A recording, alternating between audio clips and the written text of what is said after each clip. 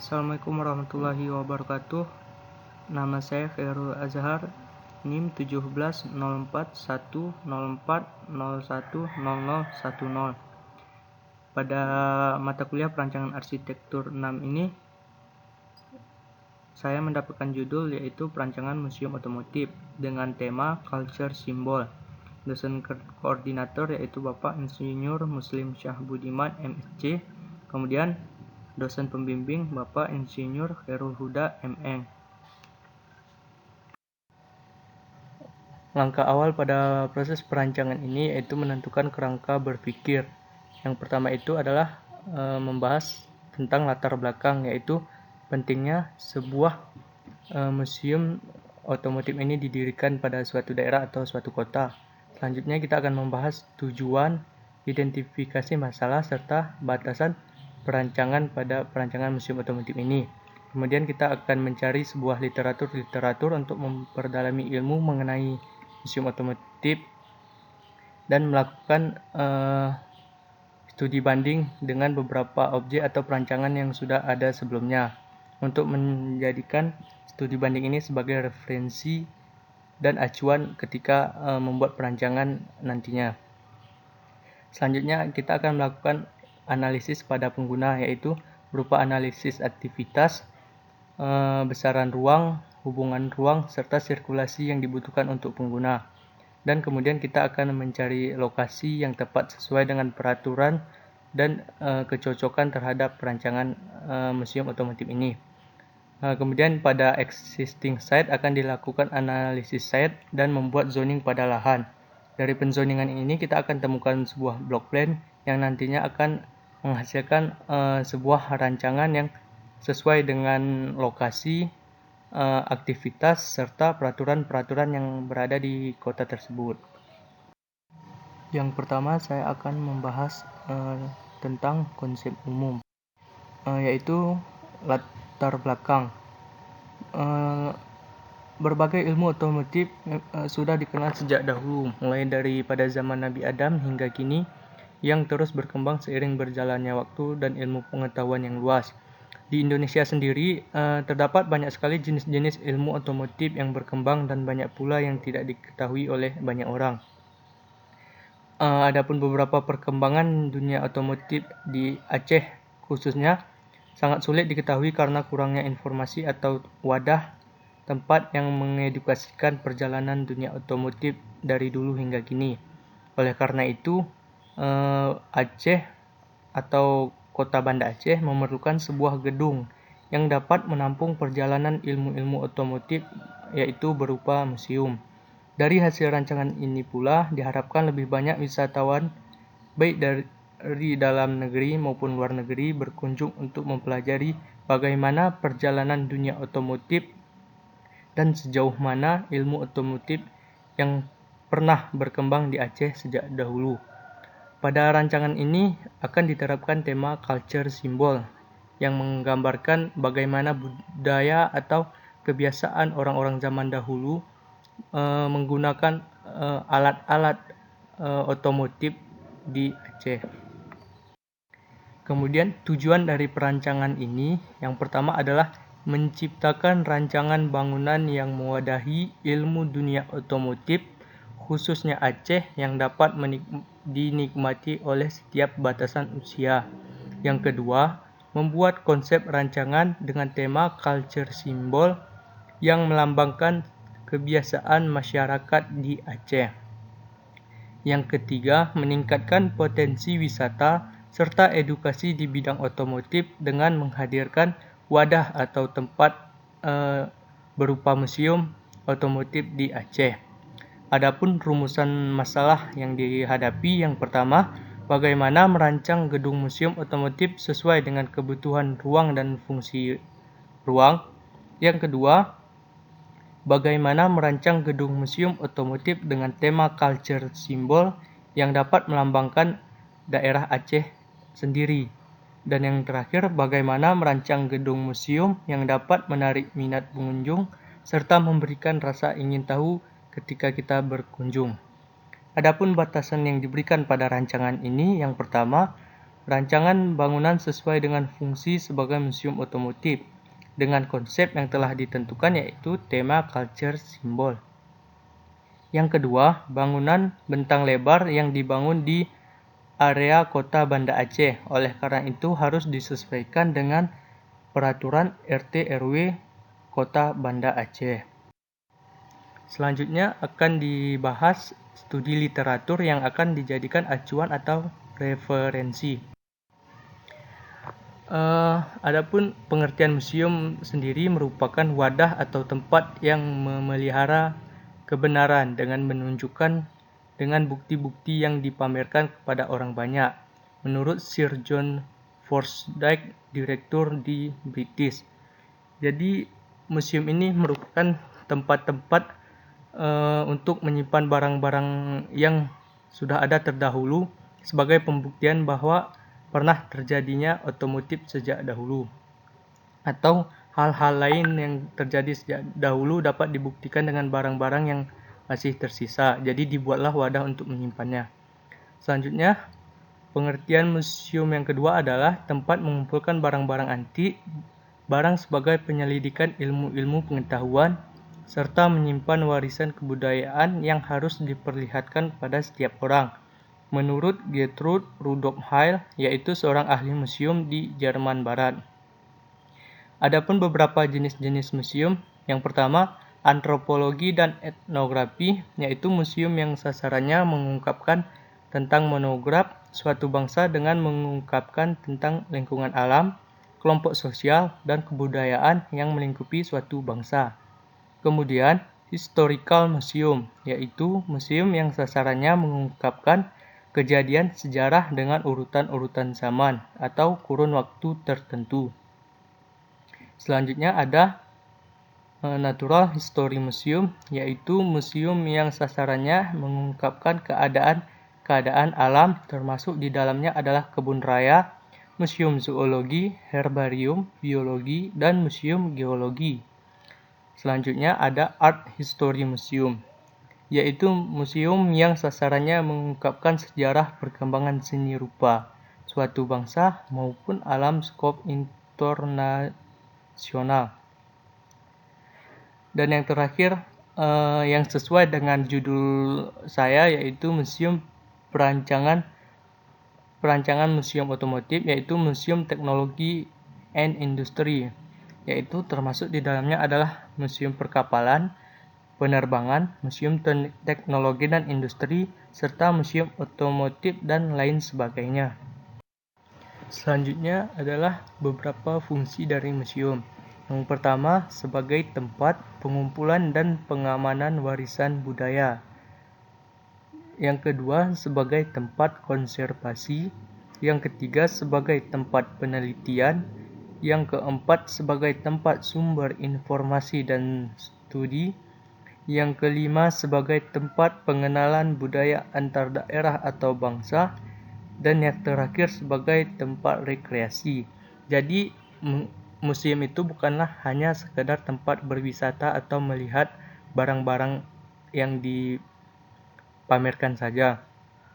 Namun banyak fungsi yang dapat dilakukan dalam sebuah museum seperti yang telah saya sebutkan.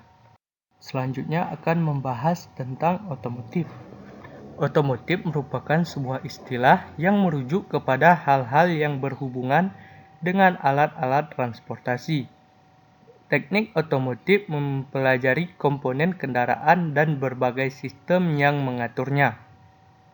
Sedangkan secara etimologis, menurut Kamus Besar Bahasa Indonesia, definisi otomotif bermakna sesuatu yang berputar dengan sendirinya, karena asal kata otomotif berasal dari kata oto yang artinya sendiri dan motif yang artinya alasan.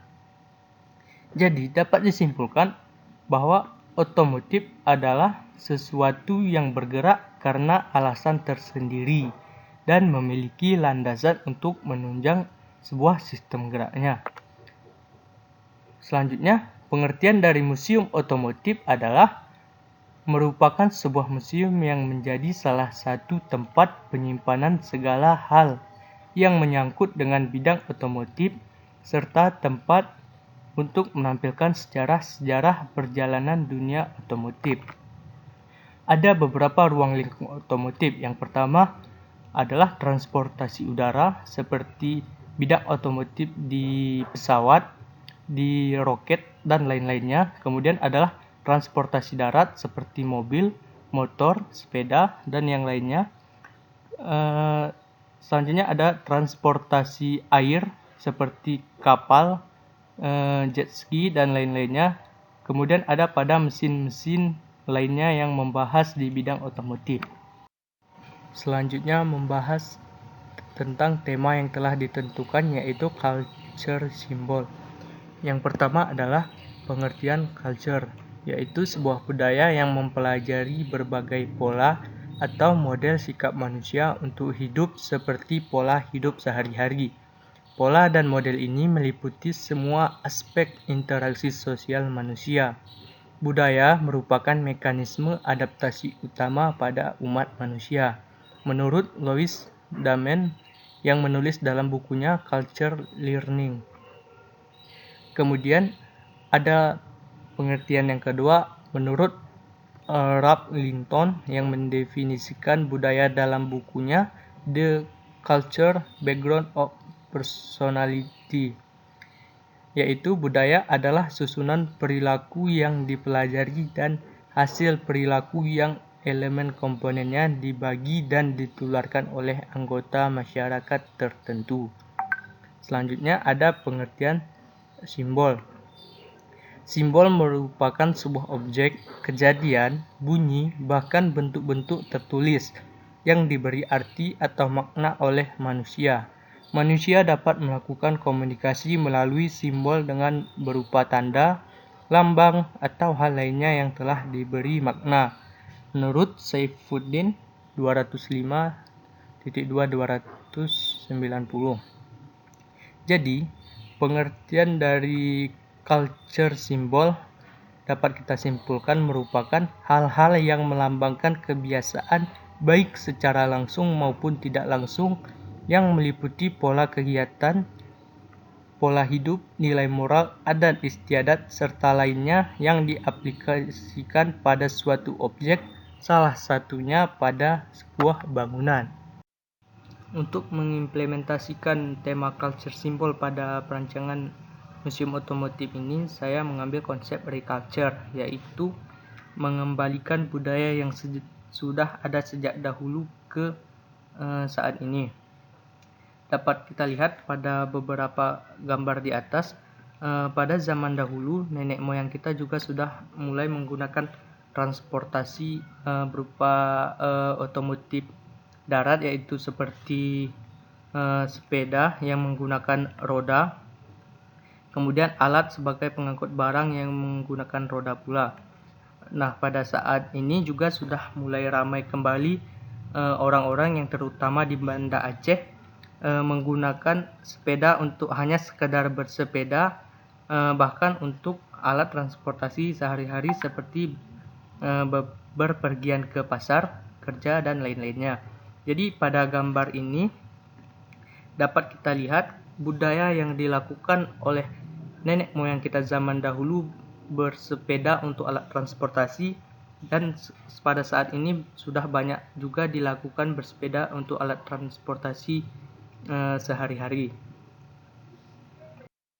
Jadi sejarah sepeda itu pertama kalinya ditemukan oleh Baron Karl Dresden Sherborne yang lahir pada tanggal 29 April 1785 di Karlsruhe, Jerman.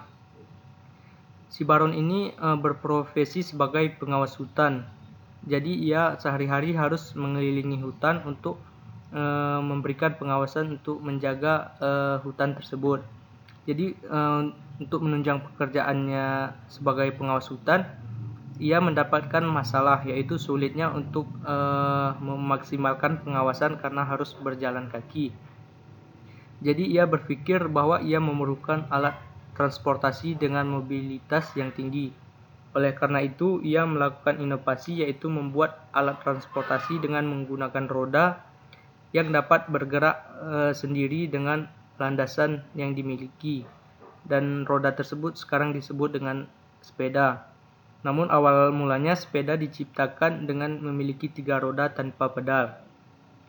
Adapun sepeda pada zaman dahulu digunakan untuk alat transportasi serta alat untuk membawa barang-barang. Namun kini sepeda kembali mulai ramai digemari untuk hanya sekadar berolahraga serta mode transportasi untuk berpergian.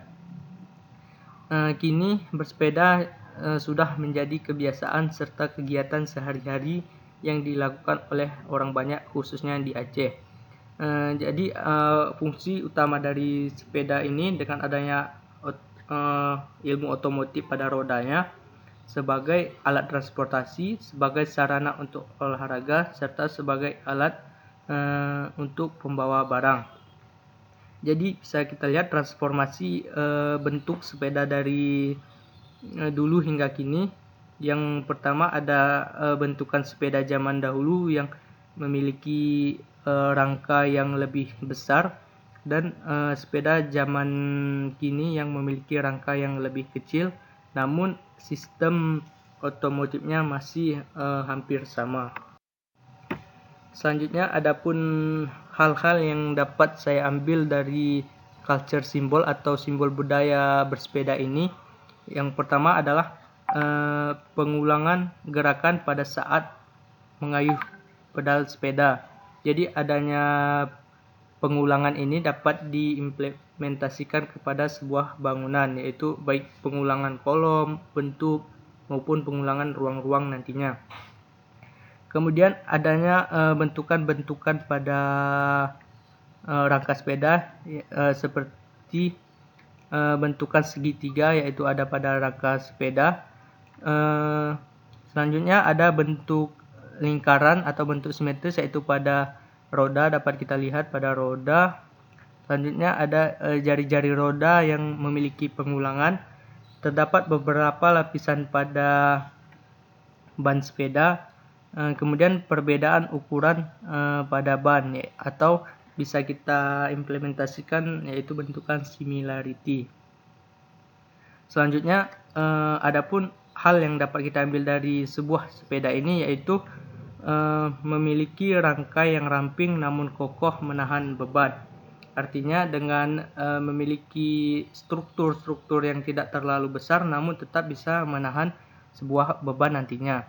Jadi dengan membahas otomotif pada sepeda ini dapat kita implementasikan bahwasanya ada beberapa yang dapat kita ambil untuk sebuah bangunan. Yang pertama yaitu ada pengulangan, bentukan simetris, kemudian ada similarity.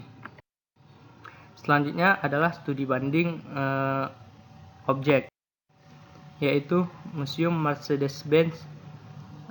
Museum Mercedes-Benz ini dirancang dengan menggabungkan struktur dengan desain yang rumit. Desain interior dirancang dengan konsep yang berteknologi tinggi serta memberikan daya tarik dan rasa ingin tahu ketika berkunjung. Setiap pengunjung akan merasakan sensasi berbeda dengan permainan pada cahaya dan ruang. Jadi museum ini dipengaruhi oleh gaya dan teknologi terkini seiring dengan konsep Mercedes-Benz yang semakin canggih. Jadi gedung ini dibangun sesuai dengan konsep otomotif Mercedes-Benz yang semakin lama semakin canggih. Pengunjung akan merasakan seperti sedang berkendara menyusuri isi museum karena jalan yang dibuat landai serta dikelilingi oleh mobil tua. Jadi ketika berjalan mengelilingi museum ini seperti kita sedang mengendarai sebuah mobil atau motor di jalanan. Selanjutnya pada bentukan museum ini terjadi pengulangan bentuk segitiga yang terhubung pada bentuk awal. Dapat kita lihat adanya sebuah pengulangan segitiga pada bentuk awal. Pada lantainya juga terjadi sebuah pengulangan. Selanjutnya Sirkulasi jalan dibuat spiral untuk memudahkan pengunjung menikmati seluruh isi museum. Lobi pintu masuk memperkenalkan sistem organisasi museum. Kemudian kemiringan ke bawah dari dua lintasan yang saling terkait terbatas pada lereng di sekeliling bangunan. Kemudian platform yang berfungsi sebagai area tampilan berbentuk datar. Selanjutnya, ide bentuk platform berasal dari daun trefoil yang disusun pada satu tumpuan atau batang yang menghasilkan konstelasi spasial yang menarik. Kemudian, gradien lambat dari trotoar menjembatani perbedaan ketinggian di antara platform. Kemudian memiliki view ruangan yang tertutup dan terbuka. Selanjutnya, koleksi mobil dan truk ditampilkan dalam kombinasi di 5 lantai, menggunakan beton expose yang dimunculkan pada interior sebagai latar belakang karena memiliki kontras warna yang sangat tepat. Selanjutnya, ada pada lantai bawah tanah terdapat museum untuk anak-anak, toko kecil, serta restoran yang memiliki hubungan langsung pada ruangan pameran mobil terdekat. Berikut adalah foto-foto eksterior dan interior pada Museum Mercedes-Benz ini. Kemudian selanjutnya ada analisa pada pengguna atau pengunjung. Yang pertama itu adalah pengunjung. Pengunjung museum itu berasal dari berbagai kalangan dan berbagai profesi. Museum ini dibuka mulai dari jam 9 hingga jam 5 sore. Jadi mulai dibukanya itu segala aktivitas akan mulai dilakukan oleh pengunjung hingga jam tutup museum. Selanjutnya adalah pekerja atau pengelola museum, yaitu mulai dari jam 8 karena pengelola atau pekerja museum harus datang lebih dahulu daripada pengunjung. Selanjutnya jam pekerja itu mulai dari jam 8 pagi hingga jam 6 sore, dan ada beberapa tambahan bagi pekerja lainnya hingga jam 10 malam seperti pekerja admin, restorasi, maupun pekerja-pekerja lainnya yang memerlukan jam malam. Selanjutnya, dari analisis pengguna didapatkan sebuah kebutuhan ruang. Yang pertama, kebutuhan ruang pada entrance, yaitu ruang pos keamanan, ruang area parkir, dan ruang toilet. Selanjutnya, kebutuhan pada lobi. Yang pertama, ruang hall, ruang tiketing, ruang pusat informasi, ruang penitipan barang, ruang untuk toko-toko souvenir, serta toilet. Selanjutnya, kebutuhan pada bagian informasi dan promosi membutuhkan ruang auditorium, ruang perpustakaan, musola, serta toilet. Selanjutnya, pada bagian kafe dan restoran membutuhkan ruang makan, ruang untuk dapur, ruang untuk gudang, serta toilet. Selanjutnya, pada bagian pameran membutuhkan ruang untuk pameran, ruang exhibition, serta toilet. Selanjutnya, untuk kebutuhan pada bagian konservasi dan preparasi membutuhkan ruang untuk pimpinan, ruang staf, ruang laboratorium, ruang restorasi, ruang penyimpanan, ruang tempat bongkar muat, serta toilet.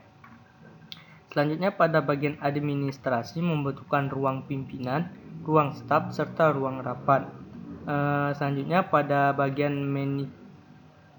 mekanikal elektrika membutuhkan ruang mesin, ruang pengelola air, ruang gudang, ruang supervisor dan staf, serta ruang AHU.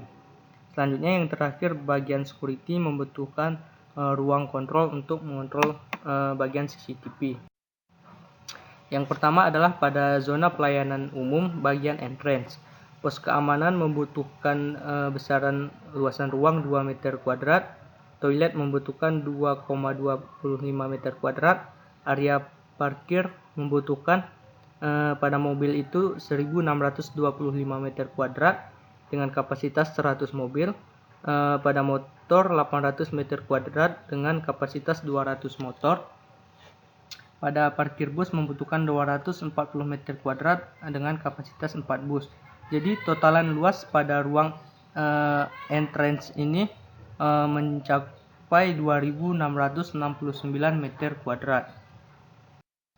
Selanjutnya pada bagian lobi yang pertama ada hall, membutuhkan ruang seluas 300 meter kuadrat dengan kapasitas 150 orang. Bagian tiketing atau ruang tiketing 22,5 meter kuadrat. Bagian pusat informasi membutuhkan ruang 12 meter kuadrat. Ruang penitipan barang membutuhkan ruang 20 meter kuadrat. Toko souvenir membutuhkan ruangan 48 meter kuadrat serta toilet 22,5 meter kuadrat. Jadi total luasan pada ruang lobi ini mencapai 425 meter kuadrat. Selanjutnya bagian informasi dan promosi pada ruangan auditorium membutuhkan luasan 200 meter kuadrat dengan kapasitas 100 orang. Perpustakaan membutuhkan total luasan 125 meter kuadrat, musola 100 meter kuadrat, serta toilet 9 meter kuadrat. Jadi pada total luasan pada ruang pendidikan informasi dan promosi ini membutuhkan luasan sebanyak 525 meter kuadrat. Pada bagian kafe dan restoran, ruang makan membutuhkan luasan 225 meter kuadrat dengan kapasitas 150 orang, dapur 90 meter kuadrat, gudang 12 meter kuadrat, serta toilet 18 meter kuadrat. Jadi total luasannya pada ruang kafe atau restoran mencapai 345 meter kuadrat. Pada zona pameran, ruang area pameran untuk motor itu membutuhkan luasan mencapai 200 meter kuadrat. Ruang pameran mobil 875 meter kuadrat. Ruang exhibition mencapai 209 meter kuadrat. Jadi total luasan pada ruang area pameran ini mencapai 1284 meter kuadrat. Pada bagian konservasi dan privasi atau zona pengelolaan, ruang pemimpinan membutuhkan luasan 16 meter kuadrat, ruang staf 50 meter kuadrat, laboratorium 24 meter kuadrat, ruang restorasi mobil 175 meter kuadrat dengan kapasitas 5 mobil, ruang restorasi motor 40 meter kuadrat dengan kapasitas 10 motor, ruang penyimpanan 146 meter kuadrat, tempat untuk membongkar muat 120 meter kuadrat, toilet 18 meter kuadrat. Jadi total luasan pada ruang konservasi dan preparasi mencapai 549 meter kuadrat. Pada bagian administrasi membutuhkan ruang pimpinan dengan luasan 25 meter kuadrat, ruang staf 54 meter kuadrat, ruang rapat 20 meter kuadrat. Jadi total luasan pada ruang administrasi mencapai 99 meter kuadrat. Pada bagian mekanikal elektrikal, ruang genset memerlukan luasan 9 meter kuadrat, ruang pengelolaan air 25 meter kuadrat, gudang 16 meter kuadrat, ruang supervisor dan staf 20 meter kuadrat dengan kapasitas 10 orang. AHU membutuhkan ruang 9 meter kuadrat. Total luasan pada ruang mekanikal elektrikal mencapai 79 meter kuadrat. Pada zona servis lainnya, yaitu ruang CCTV membutuhkan 6 meter kuadrat. Jadi total luasan pada ruang mekanikal elektrikal dan ruang CCTV mencapai 85 meter. Jadi setelah menemukan besaran atau luasan ruang yang diperlukan, total luas lahan yang dibutuhkan adalah 6.100 meter kuadrat ditambah 20% yang dipergunakan untuk sirkulasi, yaitu 6.100 meter kuadrat ditambah 1.220 meter kuadrat. Total luas lahan yang dibutuhkan untuk perancangan museum otomotif ini adalah 7.320 meter kuadrat. Kemudian adalah hubungan ruang yang telah disesuaikan dengan pengguna dan fungsinya. Adapun zoningnya itu adalah ruang publik, kemudian ruang semi publik, ada zona privat, dan ada zona service. Dari keempat zona ini saling terhubung dan memiliki fungsinya masing-masing. Adapun pembagian hubungan ruang, yaitu yang panah merah merupakan hubungan ruang langsung dan yang panah biru merupakan hubungan yang tidak langsung. Selanjutnya adalah lokasi site.